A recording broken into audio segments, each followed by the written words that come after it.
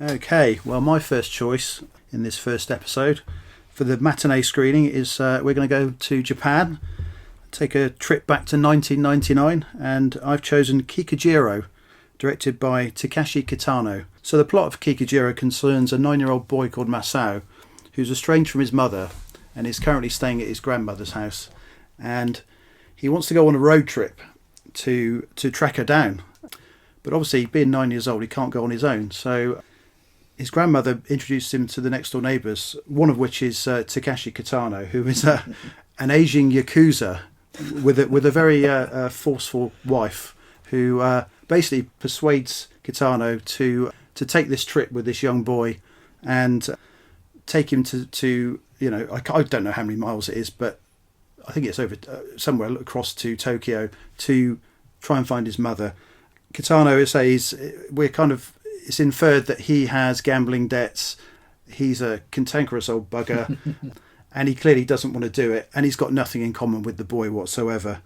But as they set off, they literally encounter lots of very, what I would call disparate characters, kind of characters that you would see on the fringes of Japanese society. So, for example, we encounter a poet, a pair of bikers, which Kitano happily bullies. We also end up at a racetrack where the boy luckily guesses the first two winners, much to Kitano's joy. And but obviously afterwards, about 5 or 6 times, it's just losing money hand over fist. So eventually they end up at a fairground, and Kitano basically encounters 3 yakuza, which remind him of his past. He basically cheats at a rifle game, and the yakuza end up confronting him, and he has to lie to the boy basically as to why his face is in such a state. Yeah. But it's a really lovely film. So it's starring Takeshi Kitano, and if anyone doesn't know anything about him, he made his career by being a comedian in the 70s and 80s, and he was paired with another comedian called Kiyoshi Kaneko. So he was known as Beat Kiyoshi. And the two of them made a career. And actually, Kiyoshi appears, I don't know if you know this, but he appears in Kikujiro. There's a scene, do you remember the scene at the bus stop? Yes. Where, I think to start with, he's got doing the blind man impression with the glasses on, the walking stick. And there's a guy sat at the bus stop. Well, that's him. That's the second beat. That's the second beat. Yeah. So where does the name Beat come from? What's the significance of that? I can't remember. They're just known as the two beats. Right. Yeah. It's weird. Anyway, but so when that career finished, I'm not quite sure how, but Takeshi Kitano got into filmmaking, and his early films were titles such as Boiling Point and Violent Cop, who were pretty, way out there gangster epics. But after that, interestingly enough, he had a motorbike accident in 1994. And I don't know if you noticed when you were watching the film, but he's got scars down the side of one of his face. And so I think it's the right side of his face is paralysed, and he's got this twitch as well. So it was a really, really serious accident that nearly killed him. And I think he kind of reevaluated his career afterwards. So there was a change of tact. And I think this was one of the first films he did after his accident. And I think he didn't leave the Yakuza genre behind, but he then started, perhaps returning to his comedic roots. He also started painting, and you see that in the film, because each chapter, if you remember, is almost like a page from the boy's diary. So Kitano's painted these pictures, and it's a really nice way to almost put in like chapter stops throughout the film. And one thing I did read that's interesting, and I think you'll probably get this when I tell you, is that he apparently said in interviews that this was his Wizard of Oz. And if you think about the journey, and you think about the characters that appear in the Wizard of Oz, I know they're different, but you could say because of the things that the lion didn't have the heart, and you've got these outsiders in Japanese society. I thought that was a really interesting contrast along the road on their journey. Yeah. Oh, I also should add, talking about Takano, have you ever seen the Japanese game show Takeshi's Castle? I was just going to ask you about that. It is Takeshi Kitano. It is Takeshi Kitano. So I think he did that after he became a star in Japan, after his, he was doing his comedy. I think I watched it for years and didn't realise it was him, but it's definitely him, and it's named after him. So he was in that. Obviously, He was also in Merry Christmas, Mr. Lawrence with David Bowie. Of course, yeah. Yeah, so Western audiences would know him from there. He was in a major blockbuster with Keanu Reeves, Johnny Mnemonic. Oh, yeah. Much beloved. Absolutely, yeah. Although I believe at our local cinema, one of the staff there, because they wear badges showing their favourite films, that is her favourite film. Right, yeah. And I did ask her, and well, the response wasn't convincing. Pretty like Well, that. you know, you don't get The Matrix without Johnny Mnemonic. You don't. That's true. You don't. That's a very good point. And I think it's also useful to say where I first saw this film. So we were talking about cinemas earlier. I saw this film at Reading Film Theatre. So Reading Film Theatre was held at Reading University many years ago, and they only used to do, I think, 1 or 2 screenings a week, and it was usually on a Monday or Tuesday evening at 8 o'clock. And I lived nearby at the time, and I think I just started going with some friends or my then girlfriend, and we used to go most weeks during term time because that's when they had the seasons on. And I was aware of Takeshi Kitano through somebody I lived with as a housemate when I was a student down in Devon. And he had Japanese parents, so although he was British, he had all these Kitano videos, so like I was talking about like Sonatine and Violent Cop and stuff, some of the early films. So I was aware of the name when it came up on the programme. And of course, we found out recently, because we were talking to Peter Strickland, the film director, that he actually worked in the box office at Reading Film Theatre up at the university. So it could well be that he sold me the ticket.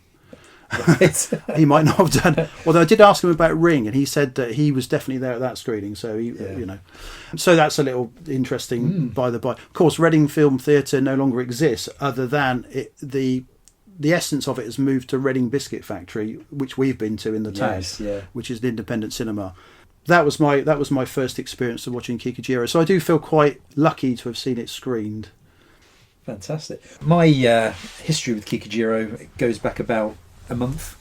Right. Okay. I must confess, when you first suggested it, I was familiar with Kitano from some of his other work, but hadn't heard of Kikujiro before you first suggested it. And I have to say, I'm just very thankful that you did suggest it and put it forward, because it's just a really delightful film. It's got a you talked about the chapters. I think it has that fantastic sort of animated opening scene, which I think really combined with its beautiful score really kind of helps set the scene and kind of really it warms you to the film within the opening minutes. Absolutely, really it sets the tone, doesn't it? Puts you in place, and it makes you feel really warm towards it. The score, I noticed it's by Joe Hisaishi. That's right. He's probably most renowned for his work on the Studio Ghibli movies. Yes, I believe he scored all but one of Hayao Miyazaki's films. Yeah. And I think we played. You would have heard a snippet of the score in the trailer. It's an earworm, isn't it? Once it gets in your head. Yeah, really, really beautiful. And I think it kind of. I think that the trailer helps. Give for people who haven't heard of Kikujiro. It kind of really helps to give you an idea of the type of film that it is. You talked about Wizard of Oz and the comparisons on there, and I think that's. What I was conscious of in watching it, another film that it reminded me of was Taika Waititi's Boy. Oh yeah, that's a very good comparison. It was kind of the way it's it has that depiction of a child's experience with an assortment of weird and wonderful grown-ups. Yeah. And I think the thing is got this fantastic dynamic between Takeshi and Masao, and you do come away various points during the film wondering who actually is the kid in this relationship. Well, I think you end up feeling that the kid's looking after him to a certain extent. Yeah. I do have to mention as well my favourite scene in the film. It's kind of quite a way into it, where there's it's a scene set in a hotel lobby, and Takeshi Kitano thinks that Masao has gone missing. So he's looking around for him, can't find him. He sees the top of a kid's head and slaps it and tells the brat, "We need to get going." At which point he then realises that it's not Masao. It's just a random kid, and it's just brilliantly played, because he just sheepishly flees the scene being pursued by the parents of this random kid. But I mean, it's actually got some real moments of darkness in it as well. Yeah. No, it has. Wizard of Oz, I guess. Yeah, I guess. And also, what's interesting is that I touched on this already, but we talk about Kitano's character Kikujiro is or was a Yakuza. He obviously encounters the three Yakuzas in the fairground, and I think it's a throwback to his or a nod to his early career. I think so. He's almost fusing, his early gangster work with his comedy work, possibly with The Wizard of Oz, and then you're getting this really interesting road movie that seems to take you in lots of directions. And of course, one of the great things about it is that you don't quite know where it's going to end up. No. Well, it's a fantastic journey, isn't it? Yeah, it takes you really quite unexpected. I guess for people who are familiar with his other work, it's a surprise, and it's also, I guess, it's a surprise for maybe Western audiences, who've maybe not watched a lot of Japanese cinema. It's probably a good matinee film, a good gateway. I think so. Into Japanese cinema. Yeah, and I was keen to try and include him somewhere in the first series, so I've managed to get him in on the first film, so that's a result. You mentioned the title Kikujiro. Yeah. It is Takeshi Kitano's character. Yes. Something I did learn just sort of reading up about the film afterwards, that apparently Takeshi Kitano said that the inspiration for the character of Kikujiro was his own father. Oh, right. Kikujiro Kitano. Wow, that's a mouthful. But apparently he was, a lot of the characteristics and the unreliability of Kikujiro was based on his own father. Interesting, right? Yeah. Do you have any facts about the box office? Kikujiro was entered in competition at Cannes in 1999, where it lost out to a film called Rosetta, the French-Belgian co-production directed by Jean-Pierre and Luc Dardenne. Can't say that I'm familiar with that particular film, but it was in good company that year, because the other films that were in competition but lost that year included David Lynch's The Straight Story, right? Pedro Almodovar's All About My Mother, yeah, and Jim Jarmusch's Ghost Dog, Way of the Samurai. Oh yeah, so another bit of a Japanese theme to Cannes that year. Yeah. In terms of box office, its worldwide gross was $250,000. Right. Okay. Interesting. 200,000 of that actually came from in the US. Oh, right. So, so we're saying it didn't perform very well at home. Comparatively, it was the lion's share of its money was earned in the US market. Yeah, which is quite unique. Yeah, he's got a following there, obviously. Yeah, and physical media. Oh yes. How what's the availability like? Yeah, well, actually, I say physical media. This is a difficult one to actually track down. So you can get it on DVD. I believe that's how you saw it. I got it through eBay. You got it off eBay? Yeah. Was it, without going into prices, was it expensive, or was it not too bad? No. I'm talking about, it was like £5 or £6. Oh, okay. So you can buy a reasonably priced DVD. It was available on Blu-ray up till about 3 years ago. Put out by the very good, and I'll give them a shout out, Third Window Films, who specialise mainly in exclusively in Asian cinema. A lot of Japanese and Korean cinema, certainly. That Blu-ray is now out of print. I think I saw it go on Amazon Marketplace for £70.